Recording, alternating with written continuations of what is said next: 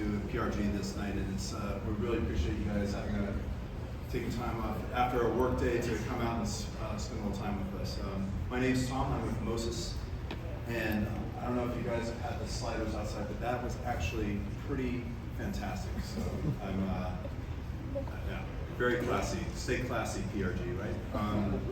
All right. So this evening we're going to be talking about cinematic focus, and before I start talking about that, I'm going to ask Scott to just describe a little bit about what we're seeing here, and then we'll dig into it. So this is a new technology that MoSys has developed, and traditionally, those in my experience, when we've been doing vehicle process, those have been 2D plates that were shot by an actual camera.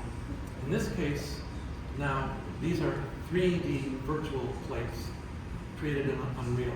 That car is a separate file to the road. But I've been many times, I've been front bumper of the car, focusing on the driver's eyes, and the driver says, "That is awesome now, but can you focus that car that's chasing us?" And I say, "I can do it, but I don't think you're going to like it, and here's why. Because of Moire." So I'm just going to pan over to this panel here. And you see the rainbow sort of lines and things, and you can see the grid. That's Moire. It's a bad thing. And we have it, and we're constantly fighting it. But we have it because there's a grid pattern in the sensor, there's a grid pattern on the wall, and if they don't match each other exactly, you see all these wavy lines that appear. And we also have the frustum, which we haven't talked about yet here.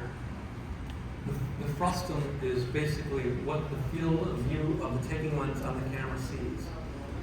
So as I pan, see the picture in the picture there? If I move up and down, if I pan right, left, all we really need is for the camera to see in high resolution, what the lens, just outside of what the lens frame is. And so now what MoSys has developed. Yeah, talk about that. So how many of you guys are familiar with iPhones and shooting in portrait mode? Maybe not familiar with this, all right. Yes. So why would you shoot in portrait mode, right? For me, the main reason I would shoot in portrait mode is because you get that nice image in the foreground of the person, and everything's kind of soft and defocused in the background. That's true for cinematic production. Yeah. Limited depth of field. That's a much gooder way of saying that. I'm kidding. No, it's a better way of saying it.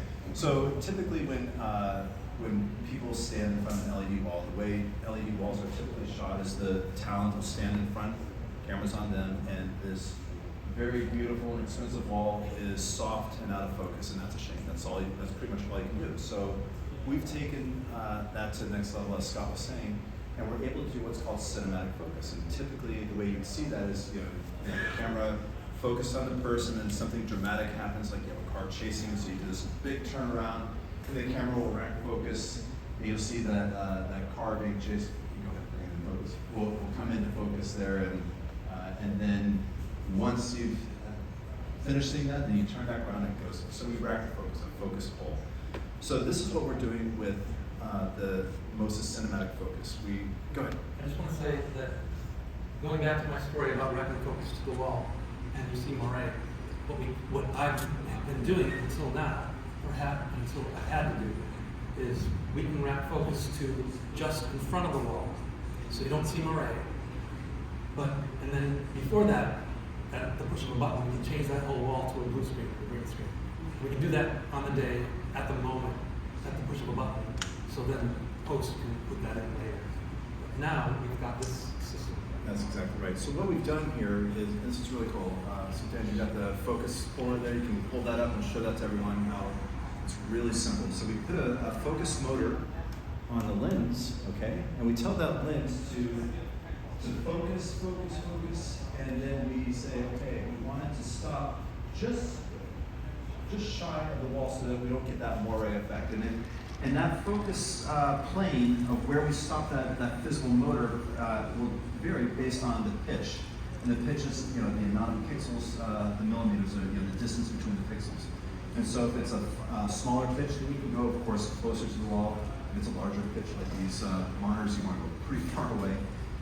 But anyway, it's a plane, and we maintain that plane because, of course, we're controlling the tracking on the camera. So once the camera focus hits that plane, the physical focus will stop, and then the virtual focus will take over and go and break through that plane and go into the LED wall and bring the unreal scene into focus. And so that solves a really amazing problem that nobody has a solution before.